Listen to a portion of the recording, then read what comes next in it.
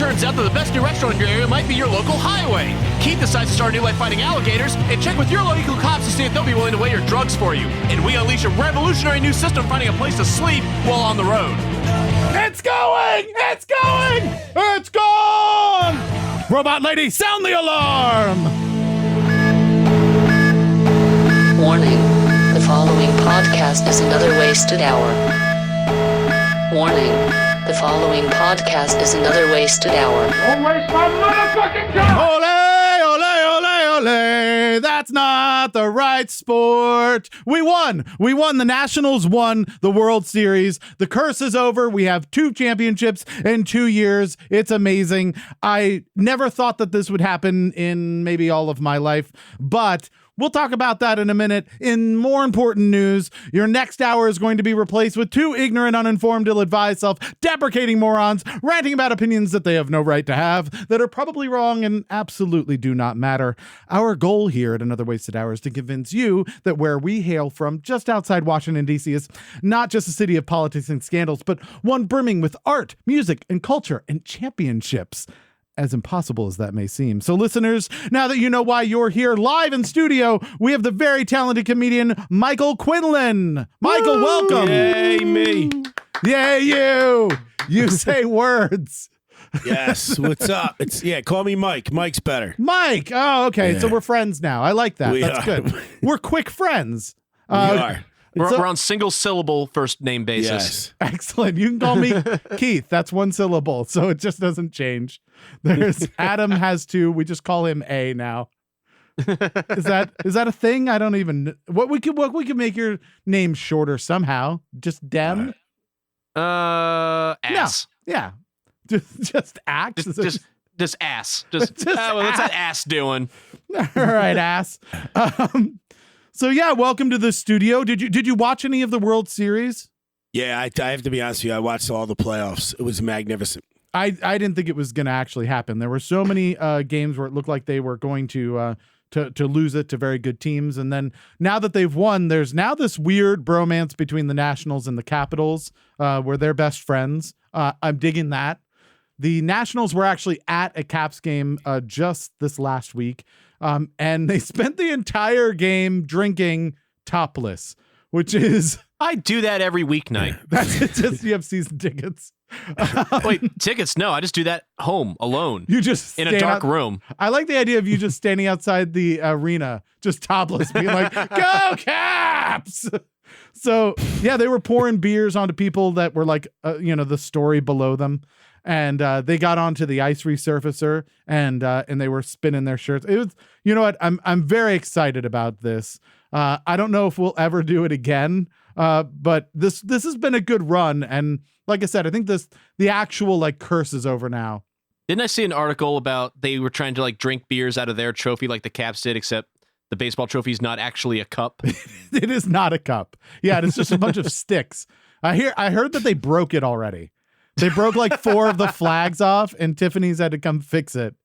They're trying to party as hard as the Capitals did when they won, but I don't know if they're coming close, because there was a Caps player, Kuznetsov, who was interviewed, who said, and I quote, "They seemed kind of sober. When we won, I don't remember anything after that." That was 2 years ago. So...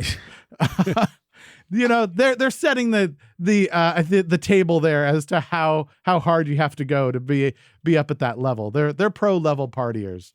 Do you, Mike, after a good show, do you ever swim in a fountain or chug a beer through a jersey or anything? How do you celebrate?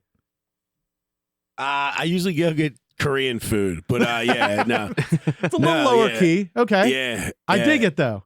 Do you go to the all you can eat place? Oh, come on, man. You don't get a body like this by controlling portion size.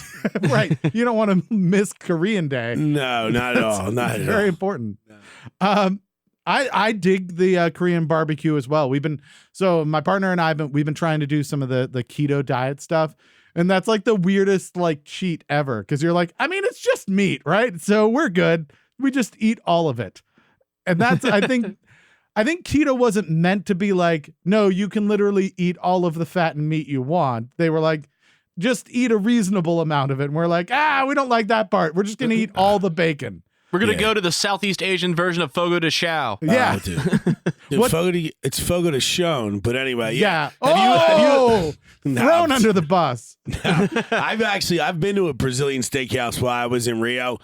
I didn't know what was about to happen. That experience is nuts, man. Yeah. Yeah, no, I went to Brazil a few years ago for a did wedding, you? and I thought that places like that were like Americanized versions Really? of Brazilian food. And then I went to Sao Paulo, and literally like every restaurant was just like, oh my God, this is actually how they eat every day. Like, where would you a little puck that says stop and go? Yeah. Like that's just wild. It's brilliant. I don't know what else the Brazilians have done in their lives, but that was an amazing accomplishment to just have a puck that's like, feed me food. It's the only place that I sometimes pray doesn't have good service, because they will come down on you like every 30 seconds. And they're like, do you want a piece of beef? Do you want here's some chicken? And you're like, oh God, slow down. Jesus.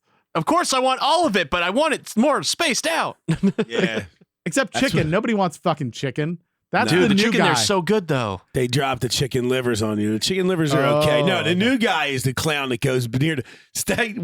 Don't even insult me by having the buffet from the salad side in my sight line. I don't even want to see that. That is an insult to me. Mike, I do have a confession to make. You go to, come on, No, man. I don't go for the salad. I go for the really awesome cheeses and Italian cold cuts they have there as a nice No, little dude, appetizer. that's fine. No, Okay. I'll take that. But if you're going to try to freaking So we're still friends? I don't have any place for a tomato in here when I'm trying. You know? They obviously think you have no idea how to optimize. Oh, come on, man. Come on, dude.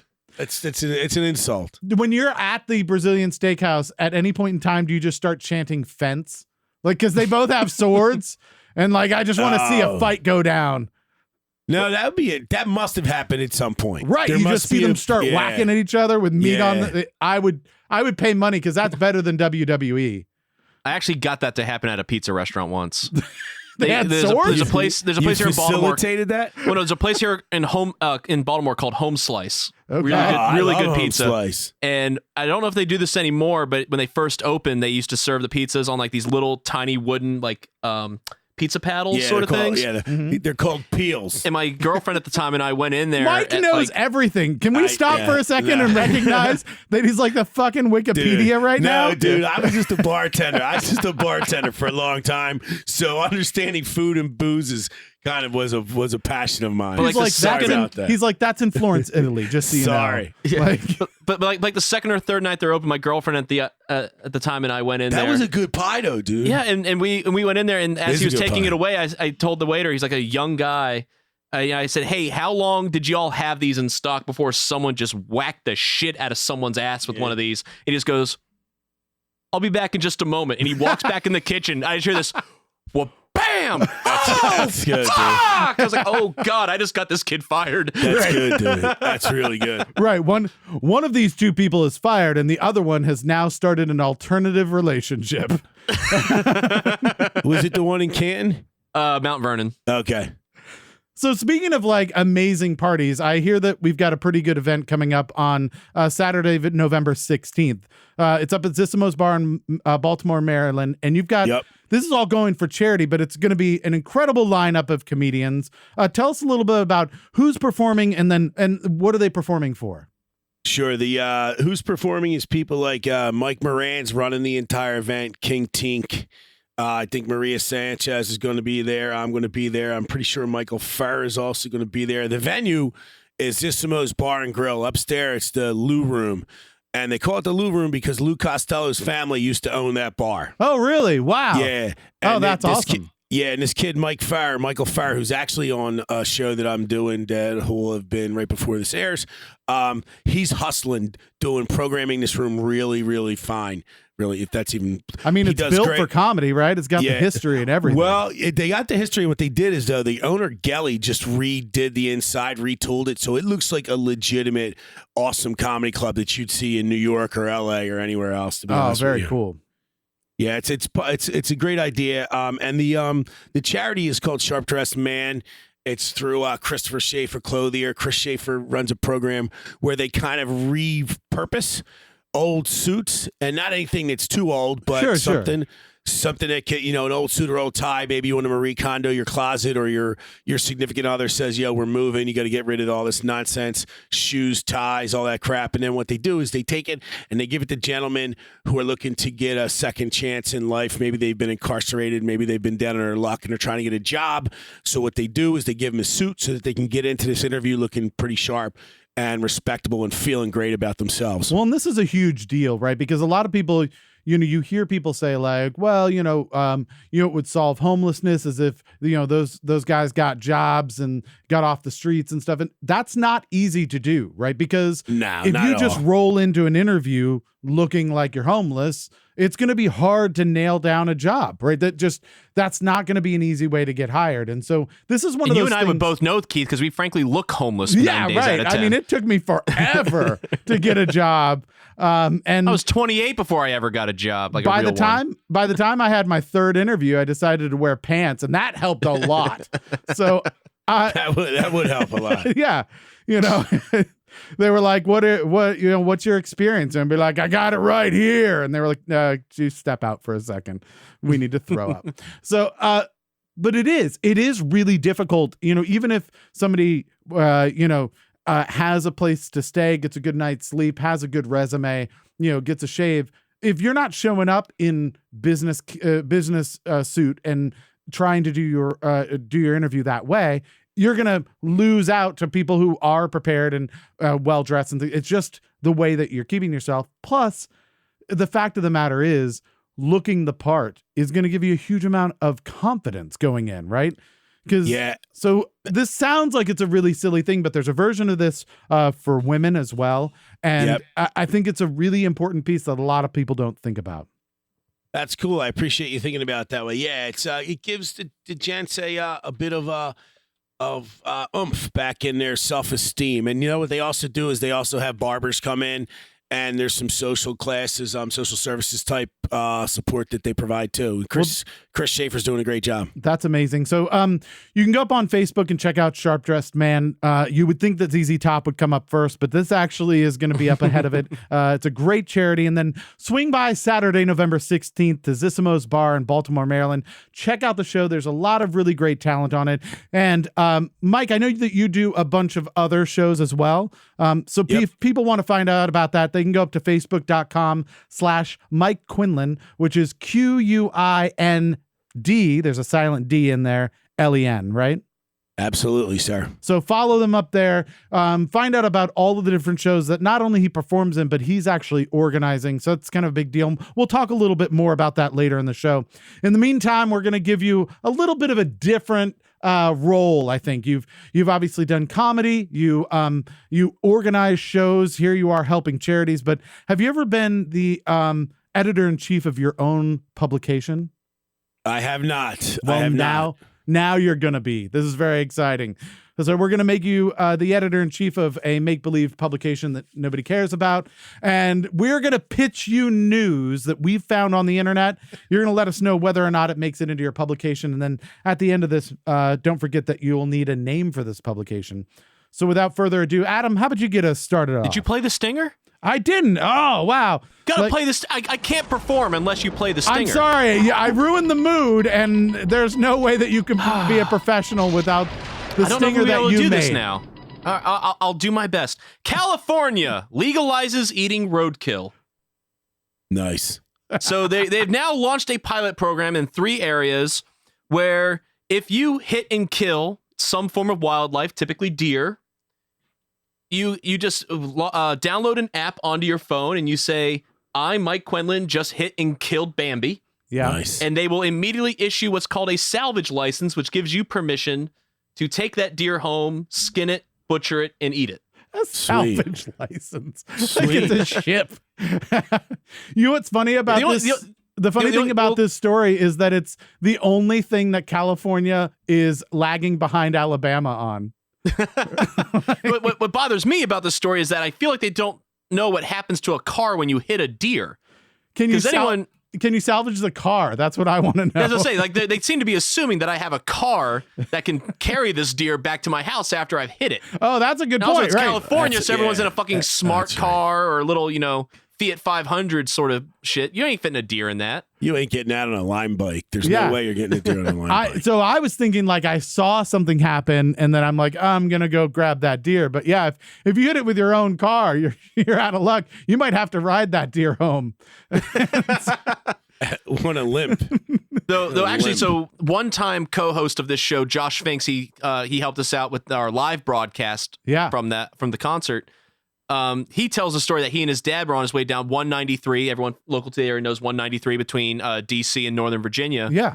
They were just driving in their pickup truck one night and a deer jumped out in front, hit it without even slowing down because it was so last second, killed the deer instantly, flips over the hood, over the cab, and lands in the back of the truck. No way. and like barely slowing down. They're like, holy shit, did that? Sweet, we got deer because his dad was a hunter. So they just drove it the rest of the way home, and Josh is like spraying out the grill of the truck with the hose to get all the blood out. His dad's got it hung up in the garage, starting to butcher, and his mom comes like, what the fuck are you? Oh, God damn it. Wow, that's amazing. But apparently you're not allowed to do that except now in this area of California. Yeah, that's really good. Although it's hard to explain to people, right? It's hard to explain because that story's 100% BS. There's no possible way that happened. No. Come on, man. Oh yeah, no, but I'm just saying. I don't believe that. Like, because if you were to think about it this way, like I know, Adam, that you've had like cookouts before, right? And if you were like, hey, yeah, I made some food, and they're like, these steaks are amazing. Where'd you get them from? And you're like, I hit them. Yeah. Route 70. Yeah, it's pretty much the culinary version of that. Who was the blue collar comedy guy that told the story about his brother-in-law hunting in the morning? Jeff Foxworthy? No, not Jeff Foxworthy. Something White. Ron White. Oh, Ron yeah. White. Oh, He's talking, man, Ron White's great. I went out into the woods at 5 a.m. and I shot one with a rifle. I was like, well, I hit one going 30 in a truck with the hair blowing and the headlights on. Yeah. It's just the culinary version of that. Dude, you know, Ron White was living in a car when he made it. Like he was so down on his luck, he was literally living in his car before he made it. That's so now we know how to become a professional comedian. You have to live in your car. Yeah, in a very temperate place, though. It's hard to be funny when you're living in your car, right? Doesn't that seem like that would be a difficult thing to pull off? I got to be honest with you. Yeah, it does seem a little bit ridiculous. Right? That would be difficult. So, well, back to the thing. Is this news? Do you think that this is this new law is news? No, not at all. No. Oh. No. All right. An upset on Adam. You don't want to eat that raccoon you ran over on your way here? No, I do not. All right. Actor Emma Watson says she describes herself as Not news. I already read this today. Oh, God, I'm sorry. This is stupid. So she describes herself as self-partnered, not single. Yes, that is what she says she currently is, which is great because in related news, the reason I do not have a personal trainer is because I am self-trained. I'm just not very good at it. I don't even know what the hell was going on with this. I read this today. I was like, I wanted to send her an invoice for wasting my life. Yeah, what I'm concerned by is if self-partnering is being not single, then I have cheated on every relationship I have been in because I have self-partnered all of the time. So you self-partnered pretty much every night before bed and first thing in the morning. Yeah, and sometimes I've self-partnered, but the cat was there, so I don't know how that counts. That might be. Yeah. Is that bestiality? Well, yeah. Well, so the cat wasn't like involved. She just watched really intently, and it was creepy. But I figure that's voyeurism, right? So that's a thing. I don't know if that counts still as bestiality or if it's just freaking weird. But so you're saying not news. That's definitely not news. Certainly not news. All right. Adam. From Vice.com, I accidentally uncovered a nationwide scam on Airbnb. Oh, without a doubt, that's news. Yeah, so absolutely. let me paint a picture for you. So it starts off with this woman talking about how she booked an Airbnb room while she was going to a concert. And like a day before, the guy says, hey, toilet got clogged from the previous tenant. They flushed something down there. There's a different spot I can give you, so on and so forth. She gets there, it's a total dump. Yep. Asks for a refund, doesn't come out. And as she's investigating this, finds out it's apparently this whole nationwide thing about, people putting up fake pictures, fake reviews to get you to book this very lovely room for your Airbnb while you go to see Blink 182, and then they scam you into getting a flop house. Sure. Yep.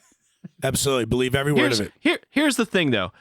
I think we already have a solution to this problem. Oh, what's that? They're called hotels. You can just go to a place that's reputable. Is that what you're saying? Yeah, I feel like a lot of people have forgotten that those exist. Like she has like a couple of paragraphs and talking about how hard it would be to find a hotel and how much of a pain it would be. And like we've all been on the road, all three of us, right? Yeah. On tour or whatever. And there's been so many times where the friend you were supposed to crash on the couch ended up taking some girl home. You now have to find a hotel, and you can find one at 3 a.m. to cram 8 people into. Oh, absolutely. It's not difficult. I think all it requires is about 10 minutes of planning, and that's too much for people is the problem. But isn't the deal, though, what makes it so advantageous to get the Airbnb is that you're not paying all the taxes and all the other crap on it, right? So the rates are lower. The problem is this, though. You could lose a kidney easily through this. Airbnb, everybody knows Airbnb is the number one reason people lose kidneys. Everybody knows. I didn't know that.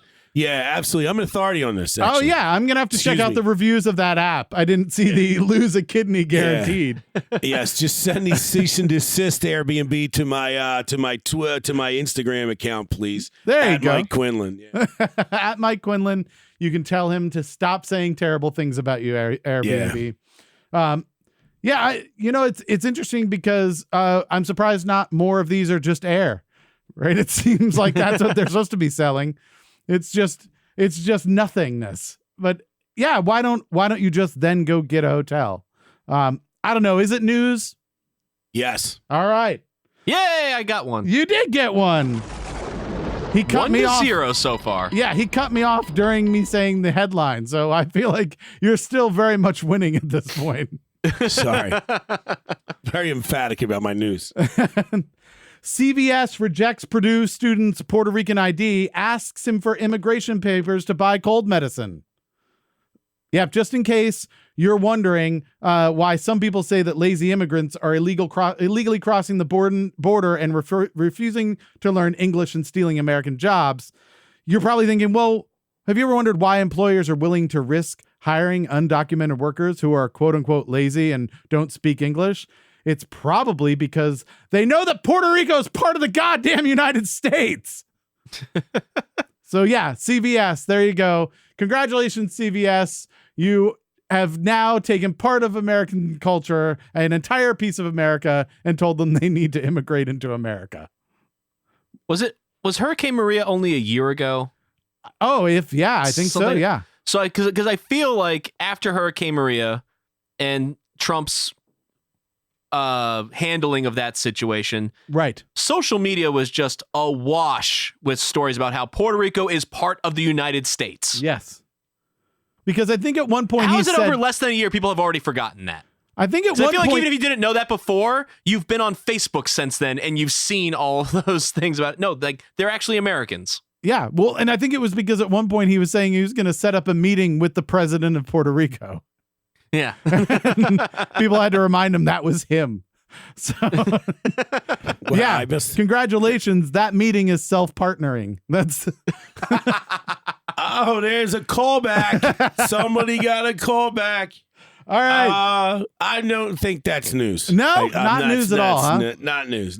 Surprise! I'm still 0. This is kind of my trend, just so you know, Mike. It's okay. I'm not taking it personally, but I wasn't concerned. This is how I roll. You didn't care at all. All right, Adam, what do you have? All right, so as we enter into our last half of the weather report, we enter what we call the lightning round. All right. Where we're just going to throw headlines at you. If you have questions, we'll try to answer, but we did not actually read these articles in any great depth.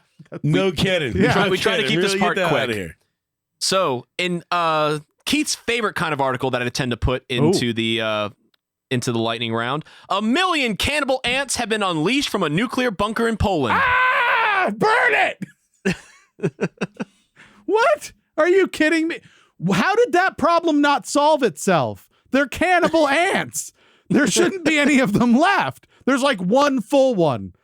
How did this? There's one big fat full one being I don't know where they went. Why are they escaping? Sir Richard Attenborough let them out. That's exactly what happened. And behind that me, menace. behind He's me a are menace. ants that eat themselves. They have self-coupling meals. So yeah, all right. Is it news? Yeah, I'll do it as news. Absolutely. You just like Adam. Let's just get that out of the way. There, I've given him 2 glasses of water from my own Yeah. tap. So you're From keeping. his own stock. Oh, you brought him the good stuff, huh? Got it out of the cellar. I put it through a Brita pitcher and everything. You Nice. hit it with your car first. Yes. And it And then got my flipped, salvage it license. flipped right in the back of the trunk. All right. Police warn that untrustworthy drug dealers warn of trustworthy drug dealers. Like I could speak. It's fine. Police warn of untrustworthy drug dealers and offer to weigh drugs to make sure that buyers receive the correct amounts. Finally, someone I can trust to weigh my drugs for me. Yeah. Where do I sign up? They're definitely going to do it accurately. I can tell you that because it goes into the court documents. Dude, so did you just make this up? There's no way that that's real. No, this is an that real? actual thing. This Who is would be?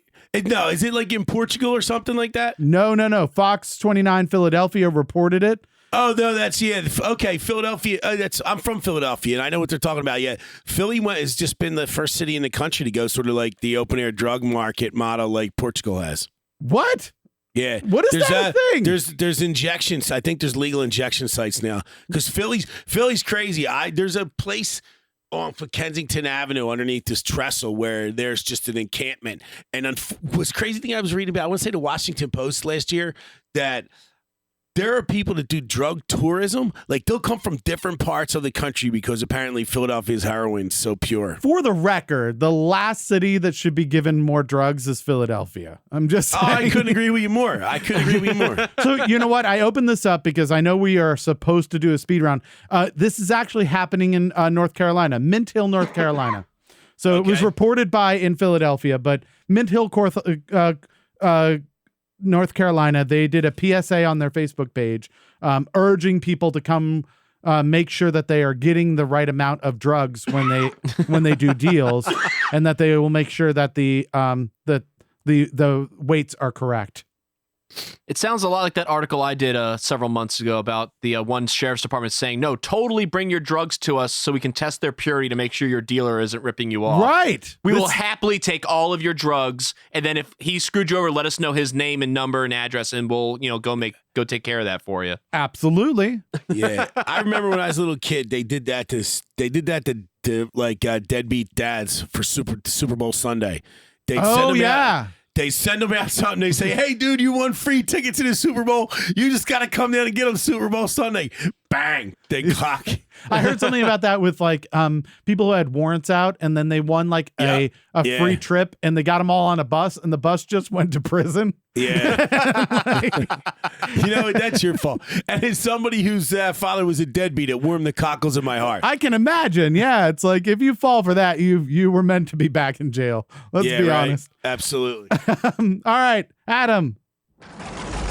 An 11-year-old girl in Zimbabwe jumped on top of a crocodile and gouged its eyes out when it attacked her 9-year-old friend. Damn. Absolutely news. Go, girl. Yeah. This is a good story. I now want a video. On an up note.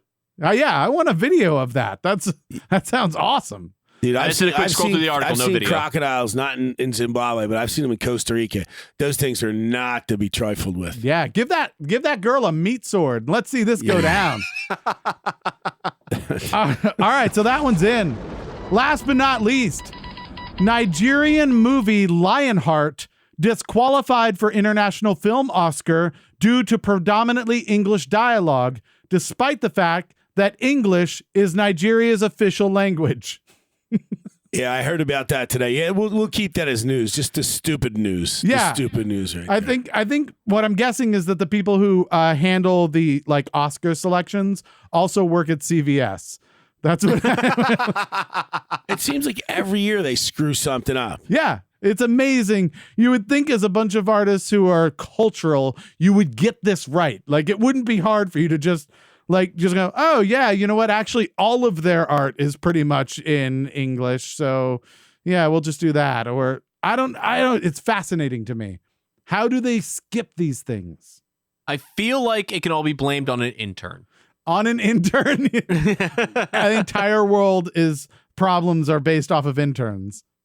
Well, or just like I don't feel like doing the research, so I'm just gonna let the kid that's filing papers all week do it, and then if he screws up, we can fire him because he's the intern. That's right. All right, so we're all done. We've got quite an article or a selection of articles here. So now we're gonna need a name for your publication. Almost all of them from mine. Yeah, mainly Adam. You might want to consider naming this the Adam publication or Adam Times because you hated most of mine. But what are you thinking? The onion dip. The onion dip. The onion dip. It's ridiculous and tasty. Yeah. I like it. I think onion dip's disgusting. Really? But yeah. It's funny. I always mess around as a comedian. You're always messing around with some ideas, and a lot of them are just stupid. I was like, you know what? I want to write I would have a fictitious website that just tells lying stories about feet and call it the Bunyan. I'm like, but it's like my wife loves puns, but she doesn't like my puns. Right. No, the problem with puns is like they're hilarious like once, right? And then every time after that, people don't want to hear them. You got to be the right guy to pull the pun off, though. You know, that's true. You know. Middle-aged husky doesn't get the pass for puns. No? What is the type for puns? You want somebody who's, dying inside. They're dying inside. I mean, I'm dying inside too. You know? So like a long-haired sound engineer? Somebody who has a lot of anxiety. You know? No, that sounds like him. Non-threatening. Non-threatening, really. Who's sipping alcohol while doing a podcast? Somebody like that? Yeah, absolutely. Yeah, that's it. Have any puns for us, Adam? Yeah. No, I'm sorry. I'm trying to adjust my earphones. My ears are like burning for some reason. I think my headphones are doing something to me. Yeah, puns are good. There's a really good. I haven't been into it, but there's a really good pun-based show down at the DC Improv. Oh, really? It's just an entire comedy show for puns? Yeah, and if I remember correctly, the last person that won was a civilian. I don't think it was like even one of the comics. I think it was. I don't remember off the top of my head. DC Improv does magnificent stuff. That's amazing. I'm going to tell it to the mandolin player in my band because, where most bands would do like banter between songs, he just tells puns while we're trying to tune, and that's why we have buttons for our merch that say "God damn it, Dan." They sell people for $1. Like, that's it though. Like you would, a guy who plays mandolin, definitely a pun artist. There's no doubt about it. That's definitely it. Yeah. So, Speaking about mandolin, holy shit! I just heard that what's it called? Mumford and Son is coming. Oh my god! Wow. Yeah, I'm so excited. I'm so excited. I feel like it should be like Mumford and like Parents or something. Like at this point, they've grown up, right? Yeah, he's got who's his wife? He's got a very famous wife, I think. Oh, I have no idea. Yeah. At that show where they do the contest for the puns, do they base the winner off of applause or groans? You know what? I can't really remember that off the top of my head. It's an interesting change of venue there, but all I right. feel like it's how many shoes get thrown at the stage. they hand them out at the door as people come in. Here's your shoe. Yeah. We're gonna pretend this is a Middle Eastern political press conference. Please throw your shoes. Yes, exactly. Did everybody bring their shoes? All right, so let's talk a little bit more about this show that's coming up and kind of what you do, Mike. So the show's on Saturday, November 16th. It's Zissimo's Bar in Baltimore, Maryland. As we said, it's a benefit for Sharp Dressed Man. But you do other shows as well, and you are a comedian yourself as well, right? Yeah, absolutely. I run a few things. I run a show called the Second Saturday Shit Show, and that's at the Auto Bar. I would love alliteration. If it's not puns, it's alliteration. If we did this on Saturday, this show would qualify. Well, dude, here's the funny part about it. We've been doing this for 8 years, and it'll be our anniversary in December. And I'll still have comics who'll say they'll know the name of the show, and it'll still be, what date is it? I was like, you're in December. Well, what's the date? I don't know. Go to your phone. It's the second Saturday. The date is in the name of the damn show. Don't be that lazy. Right. You know what day of the week it is. You know, Yeah. tell me that I'm the one who handles the emails for guests on the show, and they can't even read the simple, "Hey, send us who's coming and send us a song," sort of thing. It's amazing. Yeah, people don't want to have to do the work, and that name essentially tells you when during the month it is and what day it is. So the only thing you're not telling them is the exact date. They can get that. They should do that work. Stop being so lazy. Here's what you should do when you book somebody for that show. If they say, what's the exact date of that show, let them know that they are not doing that show anymore. That would, you know what? That would be fair. I think that would be fair. This isn't going to work out. It's not a really good fit. I'm sorry. You failed the basic test. You can't push two buttons on your iPhone, you lazy person. So when is the next second Saturday shit show? Well, the next one will be on December 14th. Stefan Sabatic is coming up from Big Time in Comedy on that show. That's really good. We got Pierre Benoit, Lily Sparks, Erwin Loring, and this guy Peter Sullivan. So that's a really beastly of a show too. Like I said, I'll probably be dressed as Santa and mildly inebriated. Would you say that Baltimore's a pretty good comedy town? Like, I don't know that people would associate Baltimore with comedy. There's different types of music there, but it sounds like there's quite a scene actually. So what's going up there? What's going on up there? It's a strong comedy town. Jason Weems is from Baltimore. He was, I believe, second and last comic standing. Ivan Martin, who runs a really great show with Garrett Harvest at Motor House. He was just on Kevin Hart's Heart of the City. Nice.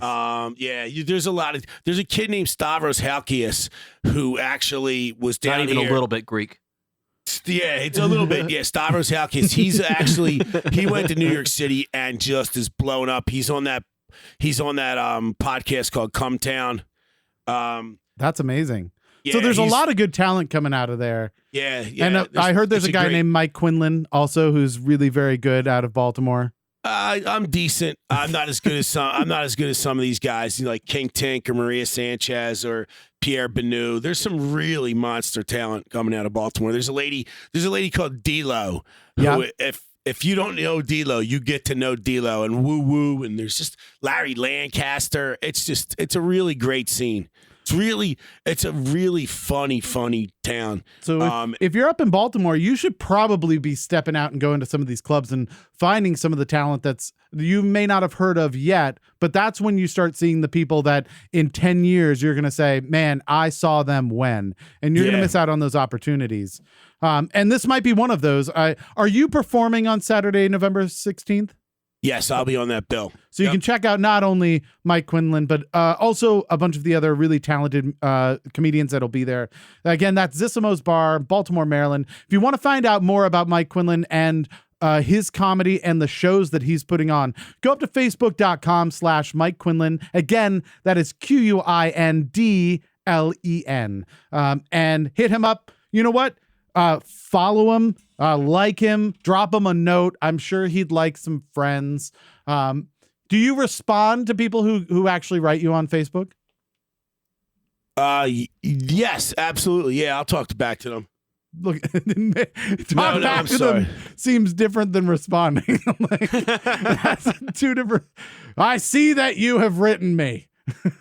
All right, so excellent. We're gonna move on to a segment we like to call "Please God, Just Get One Right." So this is a little. Speaking of great talent coming out of Baltimore, I wrote that.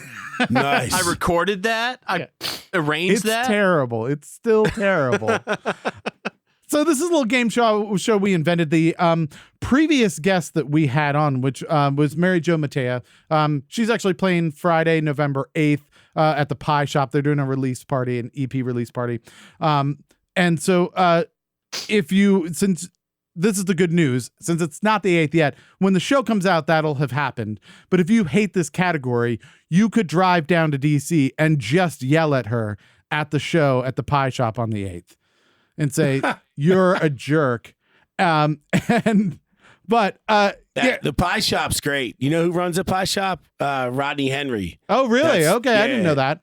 That's pretty awesome. They do comedy there too. Actually. Well, you can also write her. You could go up to maryjomatea.com and drop her an email and tell her that she's a jerk for selecting this. I think it's actually a pretty good category. It's funny because we have a lot of musicians come in, and this is we've had a few comedians. Usually the category is something very random. I think it would have been a category that's really strong for a musician, but we got a comedian in. So we're going to see how this goes. Are you ready for your category? Sure. Excellent. The category is the Beatles. How you feel? Oh, great. That's cool. Yeah, let's rock and roll. You think you got this? No, not at all. But I just but I did just see that Beatles movie, so that was cool. All right, so there you go. So you only need to get one right. You've got 6 shots. It's a low bar, but it can be a little hard if you don't win. It's not a big deal. Remember, you can take that pain and frustration, ball it up into a new category, and pass it on to our next guest. All right, here's the deal. I just want to say this. I'm going to say one answer, and if this answer before I've read any of the questions is the answer, Mary Mateo owes me an apology. The answer is the Cavern. The Cavern. The Cavern. No, that is the place. There's the Cavern. No, not the first place that they played. No, I've been to that bar in Liverpool. It's Did magnificent. You? Nice. Yeah. Oh, that's so cool. Sorry, Mary Jo, for calling you out there. I apologize. Well, she didn't even write the questions. We had to write them up. She just gave us the Beatles. So okay, cool. So there have been times I've wanted to make the previous guests write the questions. Right, Like, how the fuck do I come up with 6 questions about carpets? Yeah, there have been some bad ones. All right, Adam, get us started off.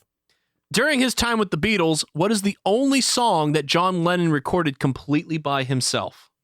This is a tough one because he's better known when he was with the Beatles, but there was one song that he recorded entirely by himself while he was still with the Beatles. I think he also had some like solo stuff, but this is while he was still part of the band. That was as John Lennon, not John Lennon of the Beatles.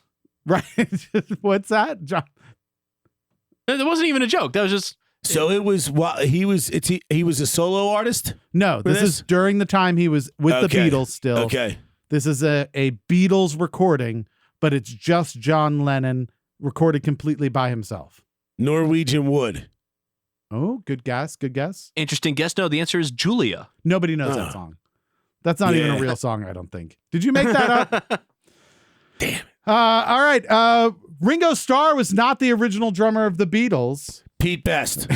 That accolade belongs to a much less famous Pete Best. Yes. True. What band did Ringo Starr leave to join the Beatles? Oh, fuck. Pete Best. Oh, sorry. Pete Best. Pete Best should have been the answer. You were like on it's the a classic buzzer. trivia question fake out. Damn it. Yeah, they're in the middle. I got all psyched up because they're doing that Jeopardy tournaments of champions. Yeah, so it's like double Jeopardy. I got it. That's mine. No, it's the All Stars are his band now. I you know what? I don't really know. Nah, I don't know. Sorry. It is Rory Storm and the Hurricanes.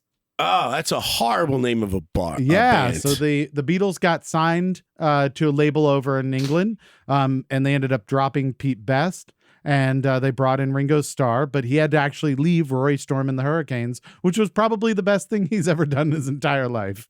Yeah, absolutely. All right, Adam. All right, a real simple short one. Which Beatle crossed Abbey Road first? George. No, John Lennon. Oh, Really? yeah. You had a 25% chance on that one. Really? Damn, I thought it was George. Oh, okay. Sorry. I mean, I'll confirm that right now. No, you can't. No, I No, believe let's you. pull it up. Yeah, let's make sure we see Hey, this is great content for radio. Yeah, let's see images on radio. Yeah. Oh, God. And also with a dumb touchpad on a phone. Well, you're doing it on the phone. You have a laptop yeah, in front of you. Yeah, but it's a dumb touchpad. George wasn't even 1 or 2. So Yeah, he's number 4. He's bringing up the rear. Yeah. wait a minute. I'm dyslexic. Yeah. I was going to say. That's crap. You just went a little dyslexic about which Beatle was first. Yeah. But No, Damn what it. Mike is saying, well, to set up the shot, they had to cross the road the other way first. And then do the obviously- mirror Wait a image minute, of it. It's a photo. Everything's in reverse. Everybody knows that. Wow. All right. I thought that one might be the easiest one. I really did when I wrote these out. So I'll surprise you how stupid I am. but I figured 25%. What pop artist collaborated with Paul McCartney to create the album artwork for the White Album? So there was a pretty famous pop artist that helped with the creation of that. Obviously, much more of a bleak design than the Lonely Heart Club's band album, since the White Album. Man, you don't think that John forced Yoko Ono in there, do you? You know the answer, so it doesn't matter. So it's more of an actual, like, the pop artist is more of a like a painter or something, right? It's not a music artist, a pop. Yeah, but music Yoko See, Ono. the thing is, I'm looking at pictures of the White Album artist. cover. Yoko Ono is a fine artist too, though. Yeah, but I don't think she's a pop artist. I think Okay. she did a lot more experimental All right, stuff. I'll go with Andy Warhol. Oh, that's such a good answer. I thought that might be the one as well. It's actually a guy named Richard Hamilton. Really? Yeah, and he was the pop artist that they chose. But during the time, Andy Warhol, I think, is the one to go if you're gonna guess. Yeah. All right, Adam.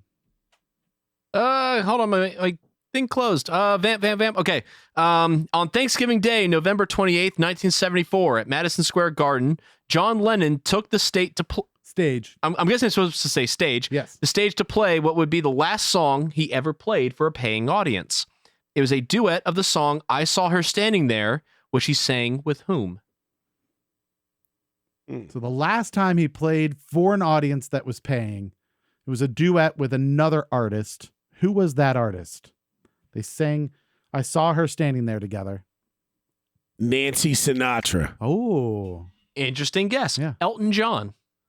yeah. I Imagine don't that. know. You know what? I just totally assumed from the connotation of "I Saw Her Standing There" that it would have been a female artist. Okay. Yeah. Elton John. I just saw a really great Elton John for Halloween down at the Believe in Music event. Yeah, he was good. He had the Dodgers outfit. Yeah. And it was all good rhinestone. Are you Yeah. serious? Do you Yeah, have the he big looked- sunglasses as well? Yeah, he had it all. He was great. That Believe in Music party at the Museum Science Center was great. That The would have been Science a Center. brilliant thing to wear to the Nat series against the Dodgers. Dude, you know what I hoped? You know what I wanted? I'm from Philadelphia, and I loosely like Philadelphia teams anymore, but then the knucklehead fans are driving me away. Yeah. I wanted one of the Nationals during the party with the champagne and all to have a Phillies Bryce Harper jersey on. I would have been the sickest burn. So there's a great news article that came out. I don't know if you saw this, but when they did the parade, they had the double-decker buses and like the Yeah. teams were on top of it. So because they needed so many buses, and then they obviously wrapped these buses in like World Series champion things, right? Because they needed so many buses for the parades, some of those buses actually had to come down from Philly to be part of the parade. The thing is, when they returned, they were still wrapped. So driving through Philly was the Washington World Series winning championship buses, completely empty, just driving to like where their garage was to get unwrapped. And people caught them and took pictures and were like, "Are you fucking kidding me?" Like they thought they were just driving the buses around Philly. Yeah, that's wild, dude. I'll tell you what, I was up there in 2008 when we won the World Series, and it had been the first time we had won since, 80? And it was a long time, dude. I didn't think I didn't think anything in Philadelphia was ever going to win again. It's weird. It's like you got the all these people like the Ravens fans. I hate to say that, but like they've won 2 championships in less than 20 years. Sure. And when I first moved down to Baltimore, the Ravens fans for that first Super Bowl were so magnificent, so benevolent, so fun-loving. It was great. Yeah. Then the next time they won, they were Eagles fans. They were every bit as horrible and rowdy, ripping trees up, feeling self-entitled and all that crap bullshit, dude. So in 2008, right, I'm up at Broad Street in Philadelphia, and I'm wispy-eyed because life is getting better for me. This dude climbs up the light pole, right, and he climbs out the light pole to the middle where the blinker is. Oh my God, really? Right? This is our World Series. We're all together. Yeah. Somebody hit him right in the face with a Grey Goose bottle. Dude, and he had the wherewithal to stay up there. But here's the funny part about it. Think about this. The probability that you're going to hit that guy can't be high. No. You don't give a shit about the dude who's 50 yards down that's going to get hit. Dude, a Grey Goose bottle has some heft to it. Yeah, it does. I'm sitting there. I'm like, savages. We're savages. Yeah, you are. It would have been amazing if that dude caught the bottle and just took a swig. Dude, it hit him right in the face, and he had to be 25 feet in the air. Because it's a traffic light. On. Yeah, he held on, man. Wow, that's intense. Yeah. That guy was not making good decisions that night. Can't believe that day. All right, so you got one last chance to win this. One last chance. What crime did Paul McCartney get charged with, which caused him to get deported from Germany? He was deported from Germany. What was the crime that he committed? Any idea? This is like some of the only like legal trouble that Paul McCartney, he had kind of a reputation for being kind of the soft, not the like rock and roll one, right? He was the more calm, like collected one, where Lennon was going crazy and George was going crazy and long hair and doing their drugs, and Paul McCartney was like a little more low key. But this time he got arrested and got deported from Germany. I think it was him and Art Garfunkel stole a Stradivarius.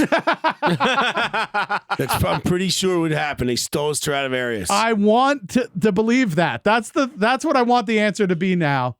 No, he hit a guy in the face with a Grey Goose bottle. No, get out of here.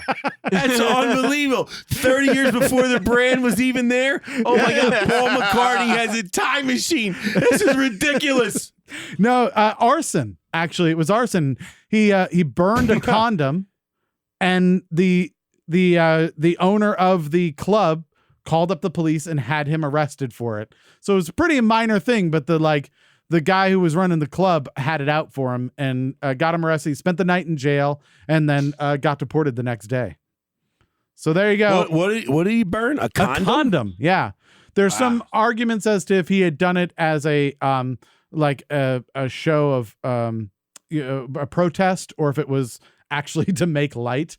But it was on like I think they like stuck it to a brick wall. It was like in a cement alleyway. So like nothing was going to catch fire, but this guy didn't take kindly to it at all and called out the police. Sounds like when we were kids, my mom made the mistake of telling my sister and I about the time she got deported from Austria. Yeah? When she was in college, which just when I went into high school and college, is like, I can't believe you were like out late with your friends. At least I didn't get deported from Austria. Shows you, Mom. So unfortunately, you did not win, Mike. I'm sorry. That's okay. Most people do not. But you can now give us a category for our next guest to see if we can stump them. So what would you like them to try and answer one of 6 questions correctly about? Let me see here. Yeah, anything that you want. Do remember that we have to write 6 questions about it. And if you want to come back on the show, there should be consideration there. Okay. Let's see here. Insecticides. Insecticides. Yes. I like it. Did you not hear what Keith just said? All right. So if you listen next week, you will hear 6 questions about insecticides. And hopefully our next guest will be able to get one of those in. Please, God, just get one right. One of the answers will be bees. Bees. Bees. I'll try not to tell stories about how my dad used to ride his bike through, like, so remember they used to drive the trucks spraying insecticide out the back? Oh, yeah. My dad and his friends used to ride his bikes through it. I've basically just written next week's freaking section. What kind of insecticide did my dad and his friends ride through on their bikes while living in Staten Island, New York in the 1960s? So speaking of stories, we have about 7 minutes left in the show, and I want to make sure that we get into our near and far segment. We've got a couple of really good stories from Mike that we want to try and dig into.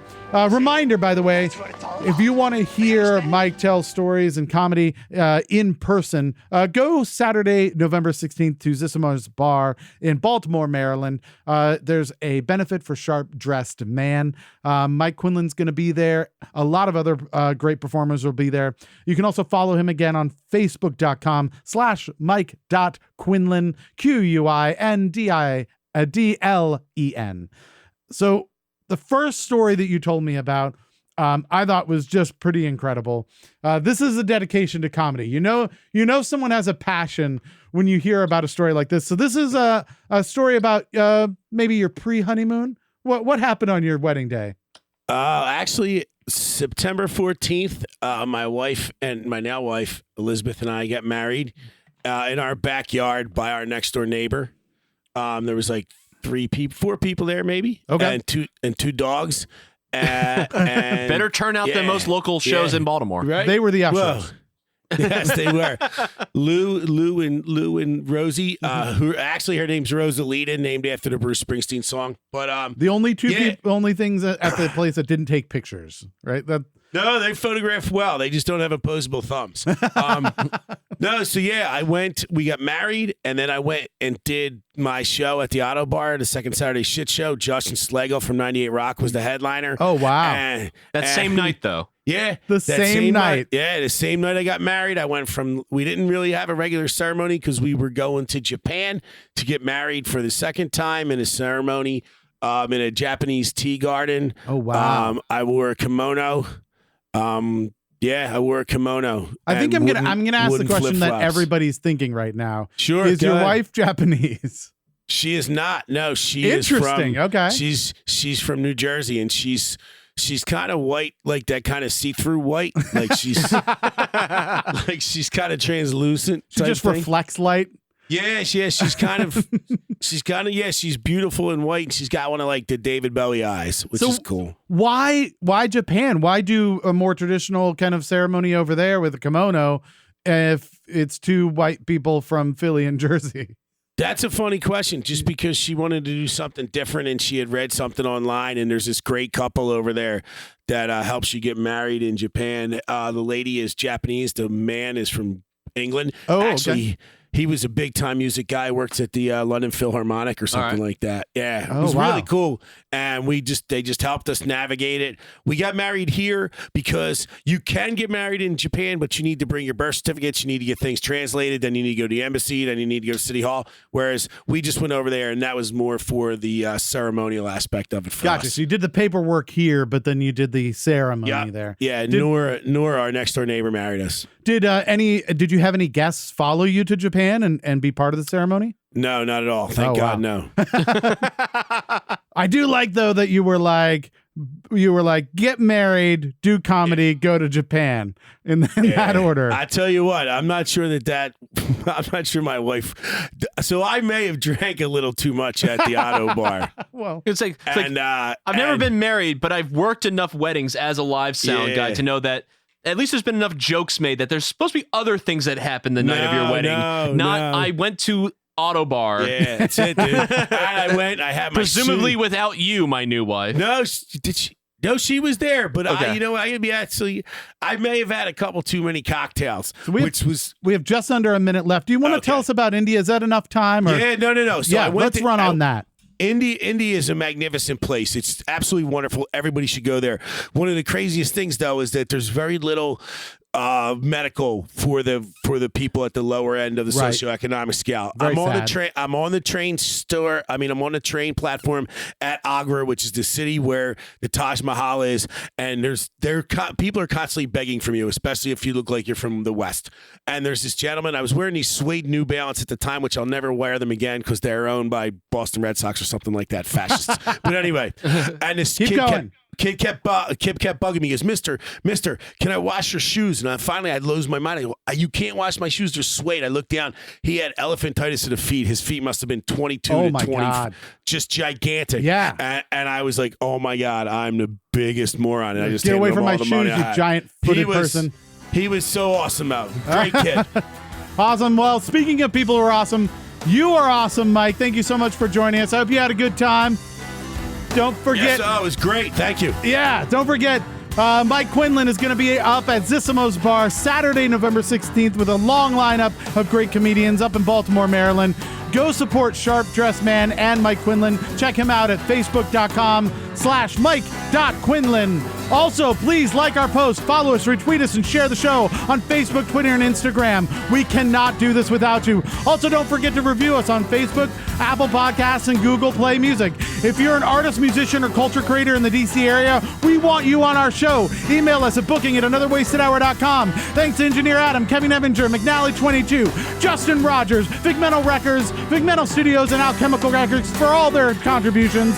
And most of all, thanks to our guest, Michael Quinlan, and you, our fans, for wasting a perfectly good hour with us. This has been Another Wasted Hour, and if you just realized that, don't blame us. We warned you.